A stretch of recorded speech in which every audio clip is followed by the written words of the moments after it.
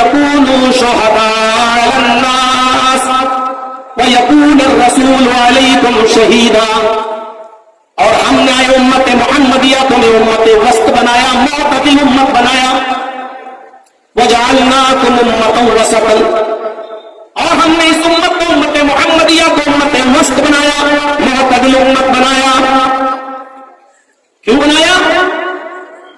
امت وسطا لتكونوا شهداء على الناس, تاکہ اے امت محمدیہ تم تمام لوگوں پر گواہ بن جاؤ, تاکہ اے امت محمدیہ تم تمام لوگوں پر گواہ ہو جاؤ. دیکھ رہے ہیں اللہ تبارک و تعالی نے اس آیت کے اندر نبی اکرم صلی اللہ علیہ وسلم کے چند اوصاف حمیدہ کا تذکرہ کیا ہے, آپ کی چند صفتیں بتائی ہیں. وہ صفتیں کیا ہیں؟ یا ایھا النبی انا ارسلناک شاہدا ومبشرا ونذیرا وداعیا الی اللہ باذنہ وسراجا منیرا. اے میرے نبی, یا ایھا النبی,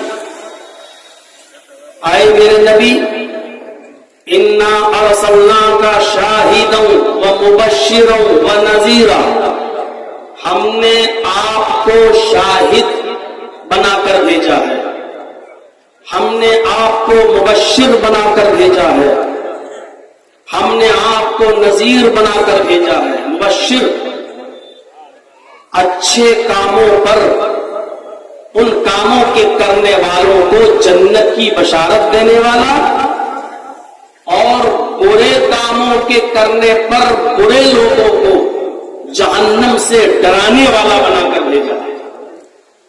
اے میرے نبی, ہم نے آپ کو شاہد بنا کر بھیجا ہے, پہلی صفت. دوسری صفت, ہم نے آپ کو خوشخبری دینے والا, اچھے کام کرنے والوں کو ان کے اچھے کاموں پر بشارت دینے والا, جنت کی خوشخبری سنانے والا بنا کر بھیجا ہے. وَنَذِيرًا, لوگوں کو ان کے برے کاموں سے اور اس کے عذاب سے باخبر کر دینے والا, اس کے انجام سے باخبر کر دینے والا نذیر, ہم نے ڈرانے والا بنا کر بھیجا ہے. وَدَاعِيًا إِلَى اللَّهِ بِإِذْنِهِ, اور اللہ کی اجازت, اللہ کے حکم سے اللہ کی طرف دعوت دینے والا بنا کر بھیجا. داعِيًا إِلَى اللَّهِ, داعی إِلَى اللَّهِ بنا کر بھیجا. یعنی آپ لوگوں کو اللہ کی طرف بلاتے ہیں. یہ لفظ داعی اور داعی کے ساتھ إِلَى اللَّهِ کا لفظ لگا ہے. غور کیجیے گا, ابھی بات میں جب ہم آئیں گے تو اس پر تھوڑی سی گفتگو چلے گی کہ آپ نے ہر موقع پر, ہر قیمت پر اور ہر حال میں, چاہے حالات کسی طریقے سے رہے ہوں, آپ نے لوگوں کو ہر قیمت پر اور ہر حال میں دعوت دی تو اللہ ہی کی طرف دعوت دی. وَدَاعِيًا إِلَى اللَّهِ بِإِذْنِهِ, اور ہم نے آپ کو داعی إِلَى اللَّهِ بنا کر بھیجا ہے. وَسِرَاجًا مُنِيرًا, اور روشن سورج بنا کر بھیجا ہے. سراجا منیرا, روشن چراغ بنا کر, روشن سورج بنا کر ہم نے آپ کو بھیجا ہے. باتیں آئیں گی میرے بھائیوں, ان اوصاف حمیدہ کو ایک ذہن میں رکھیے. اور پہلی چیز میں اٹھاتا ہوں, یا ایھا النبی انا ارسلناک شاہدا ومبشرا ونذیرا, اے میرے حبیب, اے میرے نبی, ہم نے آپ کو شاہد بنا کر بھیجا ہے. شاہد کا معنی ہوتا ہے گواہ. بہت سے لوگوں نے اس کی تفسیر کو توڑ مروڑ کر پیش کرنے کی کوشش کی اور شاہد سے یہ مراد لینے کی کوشش کی کہ اے نبی, ہم نے آپ کو حاضر و ناظر بنا کر بھیجا ہے. اور انہوں نے دلیل یہ دی کہ جو شخص گواہ ہوتا ہے تو گواہی بھی وہی شخص دیتا ہے جو موقع واردات پہ حاضر ہو. مثلا जर्जीस साहब किसी कत्ल की गवाही देने के लिए कोर्ट में हाजिर हुए और कोर्ट ने हमसे गवाही मांगी, तो हमसे हमारा अपोजिट जो वकील होगा वो जिरह करते हुए कहेगा, क्या आपने इस कत्ल को देखते हुए अपनी आंखों से देखा है? क्या जिस वक्त ये मर्डर हो रहा था क्या आप मौके वारदात पे मौजूद थे? अगर मैंने कह दिया नहीं, गवाही कैंसिल, गवाही खत्म, गवाही की कोई हैसियत नहीं। आप गवाही दे रहे हैं तो गवाह को मौके वारदात पे होना जरूरी है, वहां मौजूद रहना जरूरी है। जब आप मौजूद होंगे तभी गवाही देंगे। इसी से कुछ लोगों ने नुक्ता निकालने की कोशिश की कि मोहम्मद रसूलुल्लाह जब गवाह है और गवाही देंगे तो गवाह तो वही होगा जो हाजिर और नाजिर होगा। जब आप हाजिर ही नहीं तो गवाही कैसे देंगे? लिहाजा मोहम्मद रसूलुल्लाह को शाहिद के लफ्ज से हाजिर और नाजिर बनाकर पेश करने की कोशिश की गई है। थोड़ी देर के लिए उनके इस नुक्ते को तस्लीम भी कर लिया जाए। यार बंद कर दीजिए, लोग इसी को देख रहे हैं।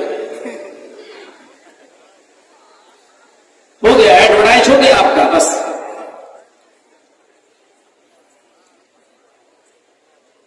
अगर थोड़ी देर के लिए इस बात को मान भी लिया जाए तो फिर आपको पूरी उम्मत इस्लामिया और सारी दुनिया के मुसलमानों को भी हाजिर नाजिर मानना पड़ेगा,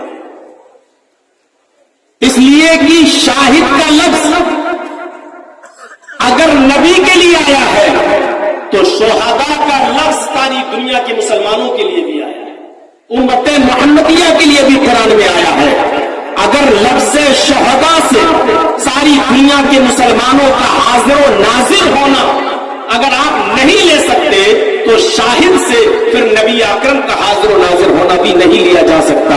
वजअलनाकुम उम्मतन वसतन लितकूनू शुहदा अलन्नास वयकून अर्रसूलु अलैकुम शहीदा। और हमने उम्मत मोहम्मदिया तुम्हें उम्मत वस्त बनाया, मुअतदिल उम्मत बनाया। वजअलनाकुम उम्मतन वसतन, और हमने इस उम्मत को उम्मत मोहम्मदिया को उम्मत वस्त बनाया, मुअतदिल उम्मत बनाया। क्यों बनाया? उम्मतन वसतन लितकूनू शुहदा अलन्नास, ताकि आए उम्मत मोहम्मदिया तुम तमाम लोगों पर गवाह बन जाओ, ताकि आए उम्मत मोहम्मदिया तुम तमाम लोगों पर गवाह हो जाओ। देख रहे हैं, उम्मत मोहम्मदिया को गवाह कर अल्लाह तबारक व तआला कह रहा है कि तुम तमाम लोगों पर गवाह हो जाओ। अगर उम्मत मोहम्मदिया गवाही दे रही है और उन्होंने साबिता की गवाही देगी कि इसमें जो डराने वाले आए थे वो बढ़ाते और डराने उन्होंने अपना काम पूरा किया, जब ये गवाही देगी तो क्या उम्मत मोहम्मदिया उस वक्त मौजूद थी? क्या हजरत नूह के जमाने में उम्मत मोहम्मद मौजूद थी? क्या हजरत इब्राहिम के जमाने में मौजूद थी? क्या हजरत मूसा और ईसा के जमाने में मौजूद थी? अगर नहीं थी तो फिर कैसे गवाही देगी? कैसे गवाही देगी? जबकि आपने ये उसूल बनाया है कि गवाह के लिए जरूरी है कि वो मौके वारदात में मौजूद हो। जब उम्मत मोहम्मदिया मौजूद ही नहीं तो गवाही कैसे देगी? आप भी मानते हैं कि यहाँ उम्मत मोहम्मदिया को गवाह नहीं माना जाएगा, यानी हाजिर और नाजिर नहीं माना जाएगा। तो जब उम्मत मोहम्मदिया को हाजिर और नाजिर नहीं माना जाएगा तो वह यकून रसूलु अलैकुम शहीदा, और रसूल तुम्हारे ऊपर गवाह हो जाए तो रसूलुल्लाह सल्लल्लाहु अलैहि वसल्लम को भी हाजिर और नाजिर नहीं माना जाएगा।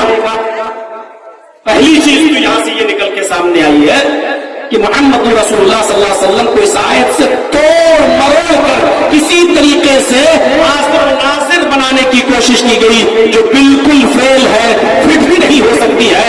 अगर इस आयत से और शाहिद के लफ्ज से और शहीद के लफ्ज से अगर नबी अकरम को हाजिर और नाजिर मानने की कोशिश कर रहे हो तो शुहदा के लफ्ज से उम्मत मोहम्मदिया को भी गवाह मानो, जो तुम नहीं मान सकते।